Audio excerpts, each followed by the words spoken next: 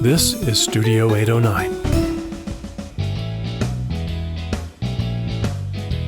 Hi, everybody. Welcome to the Outdoors with Hiking Bob podcast. I'm your host, Hiking Bob Falcone. You can find me on my website at hikingbob.com, which has links to my social media, my newspaper columns, the other podcasts we've done. Also, my photography website is linked off of there. Check that out. Christmas is coming. Buy a gift. And check that out. Also, you can email me if you have any suggestions for or comments about topics or guests you'd like to hear or one we've already had on. And also you can sign up for my email list. All of that is at hikingbob.com. Today we're continuing with our series on the 2025 Give campaign, Give Pikes Peak, which is a big fundraising event here in November and December in the Pikes Peak region. We've been hosting a couple of the groups from the Great Outdoors category on the podcast. It's a big category. I don't have time to get everybody on here, but I try to mix it up a little bit. And today we're talking with Sam Hinkle from the Rocky Mountain Field Institute, known locally as REMFI. Sam, welcome to the podcast. Thanks for having me, Bob. So we're talking about the Give campaign, and it's about fundraising and helping organizations like yours. But I guess the best place to start is, what does Rocky Mountain Field Institute do? Yeah. So the Rocky Mountain Field Institute is Southern Colorado's boots-on-the-ground trail stewardship nonprofit. We conserve and protect public lands in Southern Colorado, and we've been doing that for the better part of 43 years at this point. What that really means, like at its most basic level, is that we work with every level of government in the Pikes Peak region in Southern Colorado. So federal, state, county, and municipal governments. They all have some form of land management entity under their jurisdiction. We work with those land managers to identify stewardship priorities and maintenance needs on the trails and the open spaces that folks in this region love. And then, when we've identified those with our partners in the land management government entities, we take our crews, usually about 20 to 30 people that we hire seasonally, as well as 800 to this year 1,200 volunteers annually to address that work. 1,200 volunteers. That's a lot of volunteer hours. Yeah. So give us an idea, if you are somebody who's living in this area, in the Pikes Peak region, or hike in this area, give us an idea what projects they may have seen or been on that you at REMFI have worked on. Well, and I've said this before, it's when you've been doing this work for over 4 decades, you've developed quite a portfolio, right? It's a long list, yeah. It's a decent sized list. Yeah. Most of the trails in the Pikes Peak region, if you've hiked on them, we've had a hand in some form of stewardship, whether it was building it in the first place or taking care of it after the fact. Some notable ones would be Garden of the Gods. We spend about 75 days there every year working on trails to try and make, obviously sandstone is beautiful because of erosion, but also susceptible to erosion. Yep. So we do a lot of work to mitigate that damage and make it a sustainable place for the 4 million people that visit it every year. Pikes Peak, we work with the Forest Service up there to improve the Bar Trail, and which is the longest standard 14er summit route in Colorado. As well as the west side of Pikes Peak, Devil's Playground. We're rerouting a trail over there from the original alignment, which in many places follows the fall line and channels water in a kind of damaging way. We're moving that over to a new alignment and hoping to get that done sometime in the next 2.5 years, including the mitigation of the old trail. Other places you've probably heard of closer to home, Palmer Park, Ute Valley Park. Moving further north into the Pineries open space, that's a county property, and even this year working on a fisher like a fisher's access to Cheeseman Canyon called Gill Trail. We've been working with the Cutthroat chapter of Trout Unlimited to get that work done. So I don't want to take up all your time by listing the places that we've worked, but if you're out there and you'll see our crews in their blue uniforms. We're out there some 80 days every year getting work done. So hopefully we'll see you out there. Well, it's good to, give people an idea what the projects you're working on, that they have a grasp on it. I know you do a lot of work, like you said, in the Garden of the Gods. A couple of days before we were recording this, I was actually hiking out on the Crags Trail, which, is where the Devil's Playground Trail comes off of. And How is that? You said you're going to hopefully finish that up in the next year or two. Explain to people why it takes so long. You've been working on that project. Renfie's been working on that project for a number of years, Yeah. which does not indicate that you guys aren't making progress on it at all. But explain why a project like that takes so long and what the logistics are behind it. I think that maybe that might give people a better idea of how complicated these things can be and why funding is important to Renfie. Yeah, absolutely. So I think the simplest version of why this takes the amount of time that it does is that if we don't have the time to do it right now, we're not going to have the time to do it again, right? So we want to make sure that what we're doing right now is the most sustainable trail that we can put into the ground on our first attempt. Otherwise, it's just you're going to take twice as long to keep redoing work that you already did.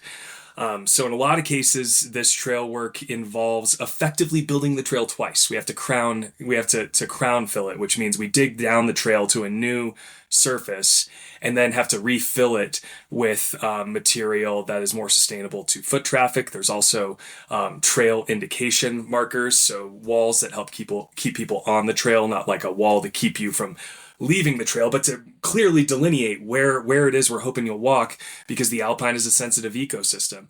Obviously, Devil's Playground goes up to the Alpine because it is a summit route for Pikes Peak. So the higher we go, the more difficult that work becomes. Working in the Alpine and working above tree line can become very, very difficult. That involves, a lot of rock work as we get into the rockier, less soil-filled areas of the peak. So we've been working on this for a couple years, for let's see, since 2019. We've got a couple more years of finishing up this trail, and we should be getting towards the top next year. But there's also the work required to mitigate the old trail that had eroded to, in some spots, 4 feet deep, and in other spots 20 feet wide, just because of the alignment that it followed. Yeah, it's been a number of years since I hiked up that trail, but I always thought it was pretty good up until tree line, and then after that it just got really just terrible. Like you said, just follow the fall line. You literally drop down into deep ravines and climb back out of them, and do that a number of times. It's also an issue there. You have a short season you can work with.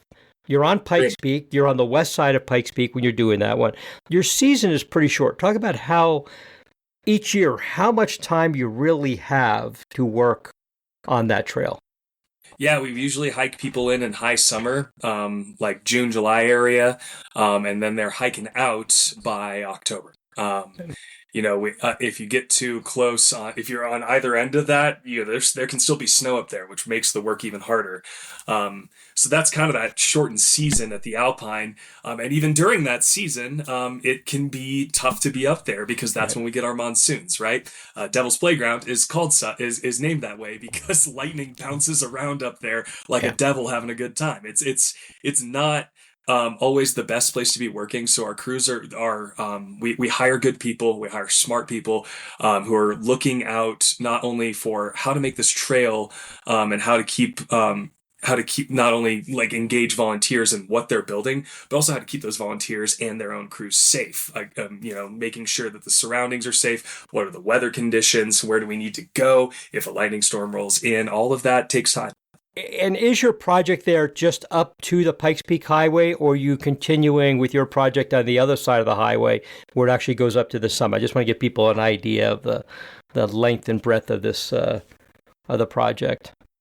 Yeah, so far we're just planning on getting up to the highway, is my understanding. So a lot of the trail up there is already, good to go. So we're trying to get up to that point. And I don't want to focus just on that one, but that sounds like right now that's probably your biggest project. Would it be fair to say that's your biggest project that Renfie is working on over the next couple of years? I would say, I don't know if I can call it the biggest, but what I would say is it's probably our highest priority construction project. A lot of our work is in mitigation work and in repairs. Thankfully, we're a nonprofit because there's not that much of a profit motive in maintenance of trails, right? But this is one of the only construction projects, and certainly the largest new trail construction projects that we're working on.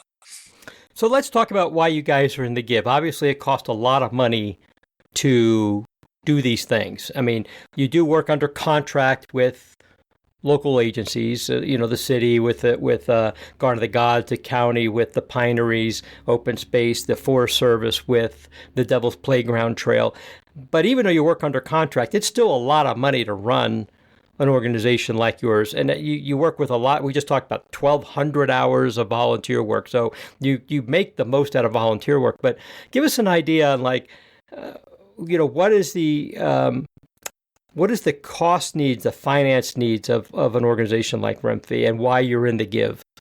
Yeah, that's an excellent question. So, in many ways, we're lucky, right? We are lucky to have a 40-year history in the area, which means that we know folks who believe in our mission and support it annually. We have businesses that care about the work that we do because we know that feeds back into the economy to the tune of $200 million every year just in Colorado Springs alone. And then we have the relationships with the government land managers, which are the primary source of funding for the work that we do. We're not in the habit of taking on work that we can't pay for, right? And what I would say, though, is you can only charge so much work to a contract with the government, right? We can pay for on-the-ground costs. We can pay for direct costs. But what in the industry is called an indirect rate can only be charged at a certain level. And indirect allows us to charge for administrative costs like my time as a communications and a fundraising professional, our finance and operations time. If you know Cala Ballier, if you're involved with us, you get emails from her all the time because she's out there busy coordinating those 1,200 volunteers. A lot of her time can't be charged to these government contracts. So what we use fundraising for, what we use these general operating dollars, any dollar that's raised through Give, we use that money to help us coordinate those volunteers and do that kind of behind the scenes work that we cannot charge to those government contracts. It also helps us remain nimble and responsive to emerging needs with our government partners. For example, this year, we were able, because of these kind of unrestricted general operating dollars, we're able at the administrative level to help steer our organization and pivot when the government needs us to. After those huge floods hit the North Cheyenne Canyon area, we were able to pivot and address some of the bridge building efforts in that area. And a lot of that is due to, first of all, good relationship with the government contractor, but those general operating dollars help our administrative team quickly shift and make sure that we're getting things done and hitting all of our objectives. So it's fair to say that when you get these contracts that you're working with, like I said, you're our nonprofit, which is important to point out. All the agencies in the Give are nonprofits, so there's no businesses per se running in the Give.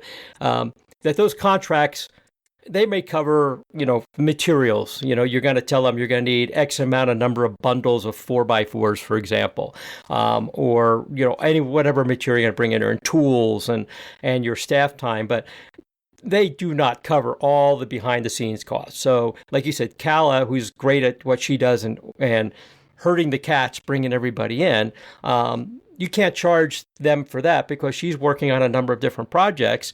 You're working with different agencies to get people together and get the word out. So that's why this is important. This fundraising is important for Remphi to be able to go out there and do that. And sometimes you get called, and I know this happens, on short notice. You get a flood in North Cheyenne Canyon, and you're getting a phone call saying, can you help us out? You've got to be able to, and that's cost that doesn't come out of anybody's particular pocket. So you've got to be able to have these fundraisers to be able to do all that stuff. And you guys are quick to be able to get out there and help these agencies when something unexpected happens out there. Yeah, and we're proud to be able to do that, right? It's because of the support of our Remphi community, the folks that fund us through the Give campaign, through being members, through corporate sponsorships, through private grants, and also it's because of those good relationships we have with the land managers that we can quickly take care of that. It allows us to support them in the best years and to continue to support them to be nimble in years like 2025. Yep.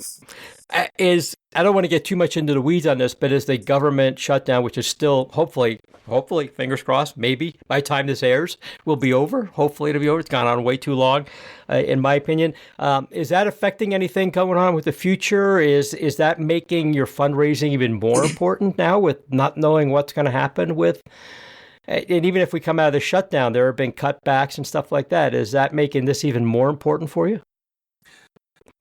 I mean, the short answer would be yes. That this situation is putting a kind of a exclamation point at the end of the need for our fundraising efforts.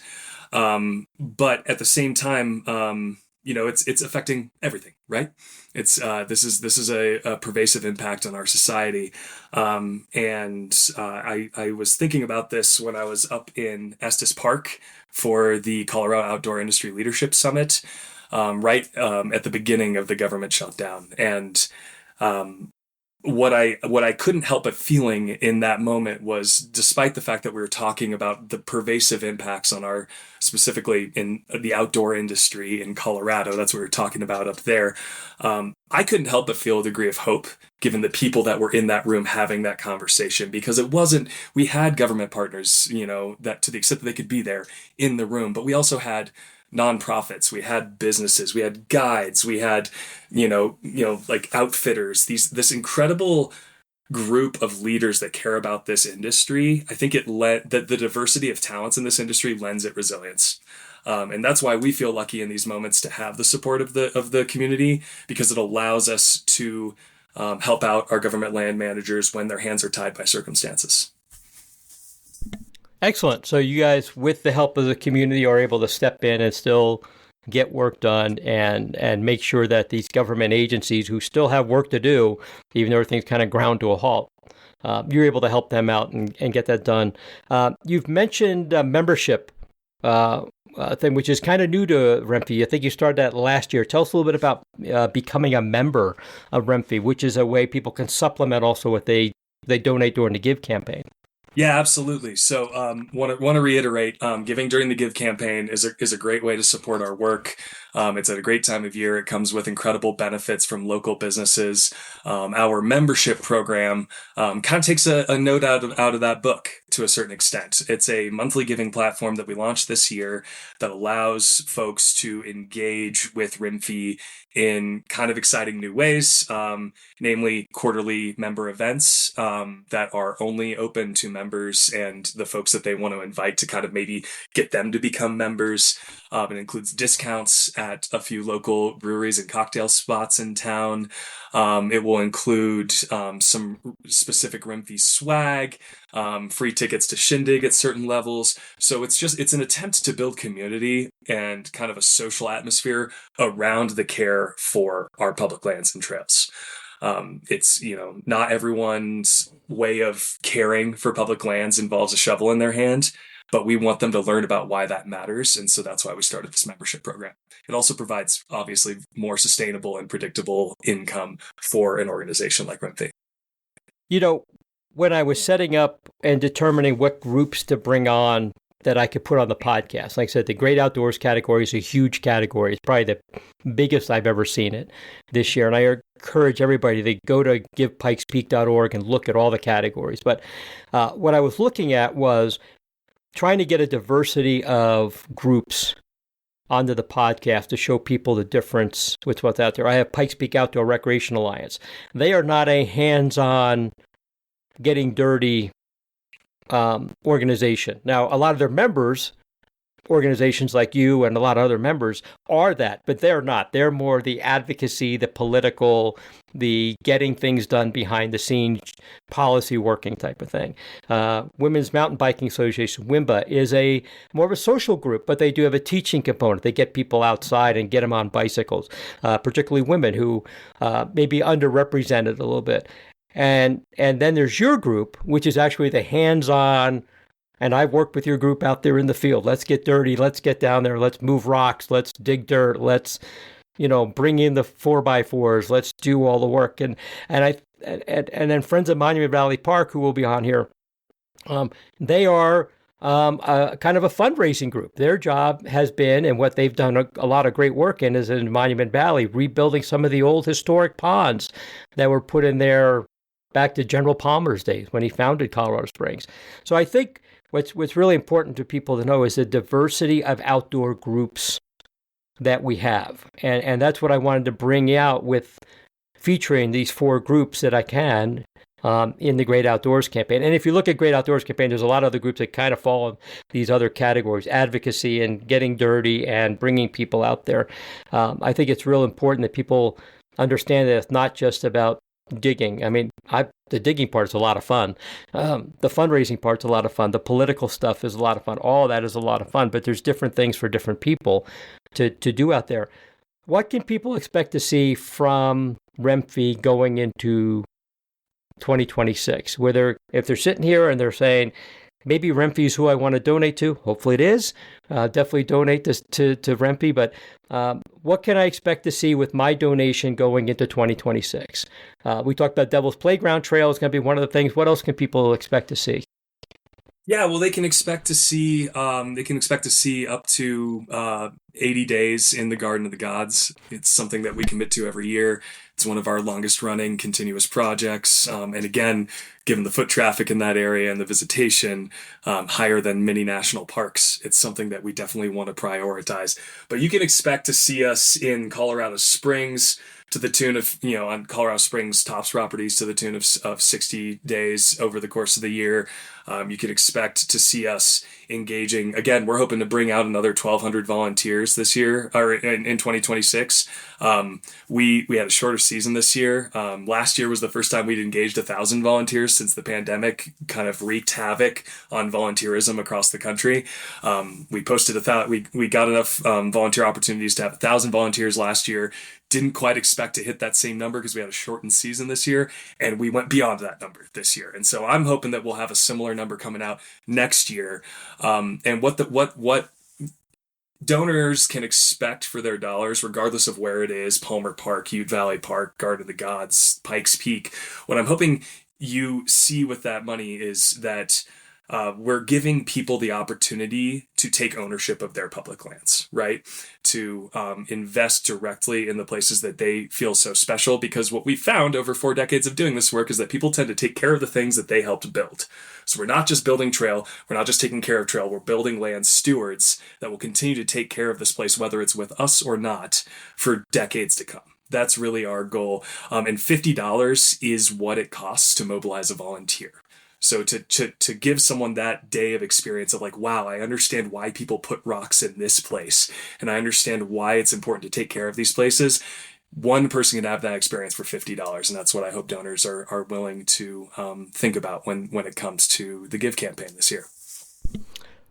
While we're talking about building and stuff like that, and it's important for people to understand that, it's not just anybody can go out there and swing a shovel. And talk about the training you guys do. You work with the city of Colorado Springs to conduct crew leader training. Is that right? That's correct. Every year we run volunteer crew leader training with the city, certifying folks to lead volunteer groups with the city. It is directly in line with what I was just saying. Our goal is not just to maintain and protect these public lands, but it is to give this community a direct hand and a sense of responsibility in caring for these places for years to come. So that's one avenue that we do that is through certifications and training. And crew leader training isn't required to go out there and be a volunteer, but if you want to lead a group or you want to get a better understanding of what's going on, one of the things I learned when I became a crew leader was I got an appreciation for, now I know why this trail is built this way and how a trail is built and how you got to that route. And even if you don't go that route and you don't have to do the crew leader training, just being out there and working with crew leaders and groups like Renfee and some of the friends groups in town that also do trail work. And you get a deeper appreciation of why this trail went this direction and why these rocks are here and why this is here and why do we have steps instead of just a slope? Well, here's why, because of water and erosion. And like you mentioned earlier, you want to do the project once. You don't want to go back I'm notorious around my house, my wife will tell you, for over-engineering the crap out of every project I do here, because I tell her I only want to do it once. I'm spending my questionable skills in building something, and I'm going to do it right the first time, or at least I'm going to make it, even if it's wrong, it's going to be wrong and strong, but it's going to be done the right way. Well, and that's the truth though, is like, there are certain areas where we are always going to have to come back. Water is patient. Water always wins. Erosion will always be there. You're never going to beat Mother Nature. To minimize that. Yeah. Excellent. Sam, anything else you want to tell us about Remphi and the Give campaign that I may have forgotten to ask you? No, I think this is what we hope is that people are excited to plug in with Remphi in 2026 to develop that relationship with the public lands that are so central to Colorado Springs health and Colorado Springs economic well-being.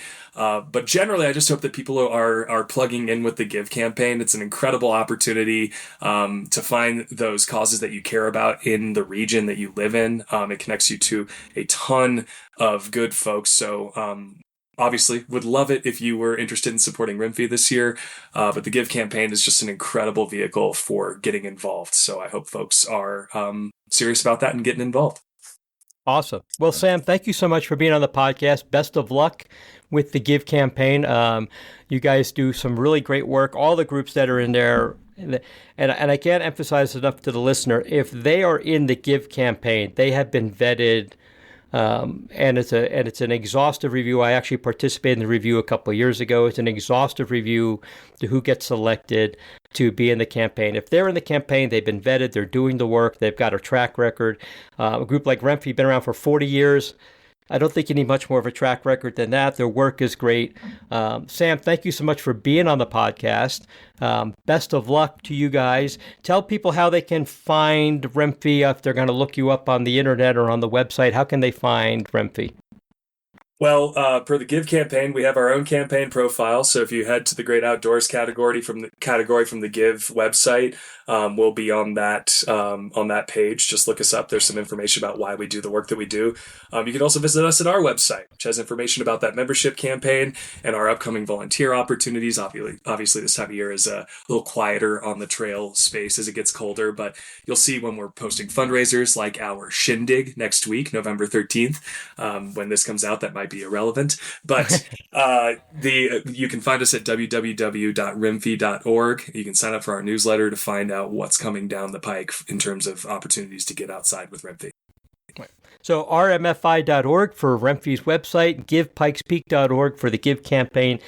With that, Sam, best of luck in the campaign. Look forward to seeing you more out on the trails and your guys' work out there. And for everybody, well, there you go. Another organization in the Give campaign worth donating to, and along with all the other ones out there. And with that, we'll say thanks for listening to the Outdoors Hiking Bob podcast. We'll talk to you next time.